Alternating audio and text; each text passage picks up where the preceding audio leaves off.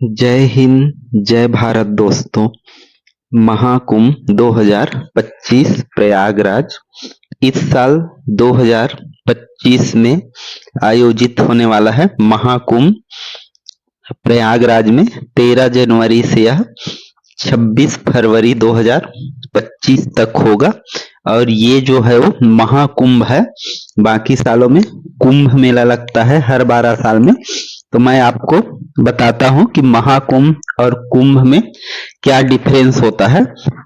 जब 12 बार किसी जगह में कुंभ मेला आयोजित हो जाता है तो 12वें बार के जो कुंभ होता है, मतलब हर 12 साल हिसाब से यदि बोले तो 144 वर्षों के बाद जो मेला लगता है वह कहलाता है महाकुंभ। हर 12 वर्षों में लगने वाला जो मेला होता है वह कुंभ मेला होता है और 144 वर्षों के बाद जो मेला लगता है वह कहलाता है महाकुंभ। तो इस साल जो प्रयागराज में है 144 वर्ष पूरे हो गए हैं, तो 144वें वर्ष में जो 12वां बार कुंभ मेला लगता है तो वही कहलाता है महाकुंभ।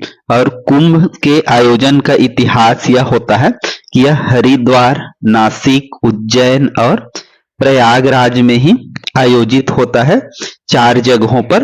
तो इसके पीछे मान्यता यह है कि जब समुद्र मंथन में देवताओं और राक्षसों ने मंथन किया तो यहाँ से जो अमृत निकला था उसको लेकर जो भागा दौड़ी हुआ था या भागे थे राक्षस लोग, देवताओं लोग, तो उसमें से 4 बूंद ये माना जाता है 4 स्थानों पर गिरा था, जिसमें से हरिद्वार, नासिक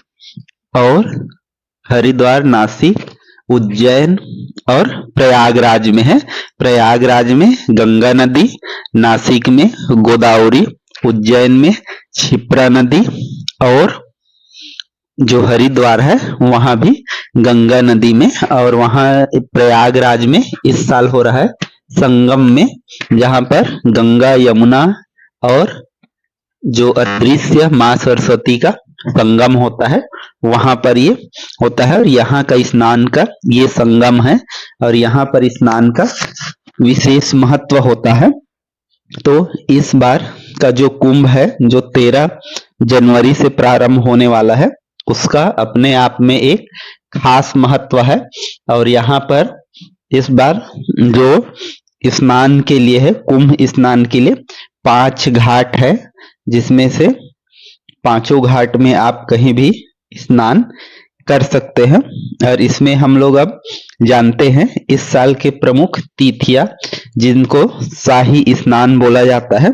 तो इस साल का जो प्रथम शाही स्नान है वो 13 जनवरी 2025 को होगा और इस दिन है पौष पूर्णिमा और इस दिन प्रथम पड़ेगा जो शाही स्नान। और दूसरा जो शाही स्नान होगा वह होगा जस्ट अगले दिन 14 जनवरी को मकर संक्रांति के उपलक्ष्य में। तो इस दिन भी शाही स्नान का विशेष महत्व होता है। और यहाँ पर बता दें आपको कि इस बार का विशेष इंतजाम है और इसमें जो सुरक्षा के लिए है वो लगभग 40,000 के आसपास सुरक्षा जवानों का ड्यूटी लगा है यहाँ पर। तो ये कितना विशाल होगा इस बारे में हम सोच सकते हैं। और लगभग इस कुंभ मेला में, महाकुंभ में 40 करोड़ हमारे देश के और कुछ विदेशी लोगों के भी आने का अनुमान है। तो इतना बड़ा ये कुंभ होगा। इसके बाद 14 जनवरी के बाद होगा 29 जनवरी को मौनी अमावस्या के दिन होगा अगला शाही स्नान। और उसके बाद 3 फरवरी को होगा शाही स्नान अगला। और उसके बाद 12 फरवरी को और फिर लास्ट होगा 26 फरवरी को, जिस दिन महाशिवरात्रि होगा उस दिन शाही स्नान होगा। और इस शाही स्नान के साथ ही फिर महाकुंभ मेले का समापन होगा। तो इस प्रकार से 13 से लेकर 26 जनवरी तक कुल 6 शाही स्नान होगा इसमें। तो आप भी यदि चाहते हैं तो जरूर आए। तो इसके बारे में मैं आपको डिटेल से बताऊंगा कि कैसे आप यहाँ तक आ सकते हैं। तो यहाँ तक आने के लिए आपको प्रयागराज के लिए बहुत सारे ट्रेन चलते हैं, और इस बार ऐसा है कि पूरे भारत भर से लगभग 13,000 ट्रेन और 7,000 बस चलाने का यहाँ पर योजना है, ताकि लोगों को यहाँ पर आने जाने के लिए कोई भी असुविधा न हो। तो यहाँ पर मुख्य जंक्शन है प्रयागराज, रामबाग, प्रयाग, नैनी जंक्शन, छिक्की जंक्शन, दारागंज, सूबेदारगंज, बमरौली, फाफामऊ, झूसी। तो यहाँ पर आप जो ये लगभग 10 स्टेशन है, कहीं से भी आप आ सकते हैं। लेकिन यहाँ सबसे प्रयागराज जो जंक्शन है वो सबसे यहाँ से पास है, और यहाँ से फिर आप जैसे पहुंचते हैं यहाँ से आप ऑटो ले सकते हैं, और ऑटो से आप संगम स्थान या मेला स्थान तक आप आसानी से ही पहुंच सकते हैं। यहाँ से आपको हर समय ऑटो की, बस की सुविधा आपको मिल जाएगा। तो आप आसानी से कोई भी स्टेशन में आप उतरे, वहां से ऑटो लेकर 20 रुपए का चार्ज देकर संगम मेले में आप आसानी से पहुंच सकते हैं।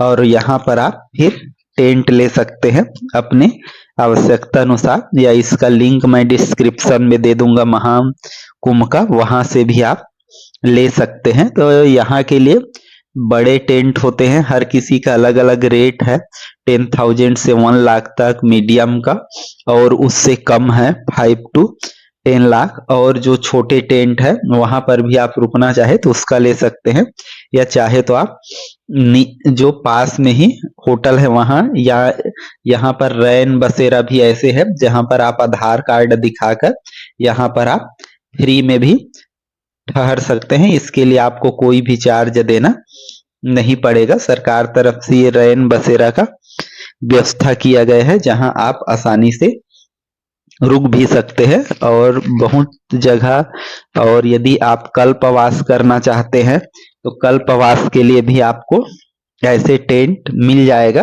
तो यहाँ पर जो भी पुरोहित होता है, जो भी पंडित होते हैं जो टेंट लगाए रहते हैं कल्पवास के लिए, उनसे आप संपर्क कर सकते हैं, और इनके लिए भी आप टेंट ले सकते हैं। इनका भी रेट वही है कि 8 से 30,000 तक रहता है, और कम में और होता है छोटा बड़ा टेंट हिसाब से, उस हिसाब से आप टेंट लेकर कल्पवास भी कर सकते हैं। कल्पवास पर मैंने एक खास वीडियो बनाया है जिसका लिंक मैं डिस्क्रिप्शन में दे दूंगा, आप वहां से देख सकते हैं।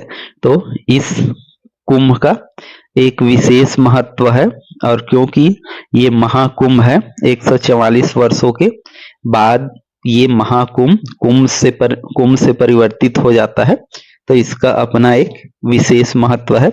इसीलिए जो योगी सरकार है इसके लिए प्रयासरत है कि इस जो कुंभ है उसको भव्य बनाया जाए, और इसके लिए घाटों का भी निर्माण बहुत अच्छे से किया गया है। इसके लिए 10,000 करोड़ रुपए का बजट का प्रावधान किया गया है, और लोगों को ज्यादा से ज्यादा अच्छी सुविधाएं देने का प्रयास किया गया है।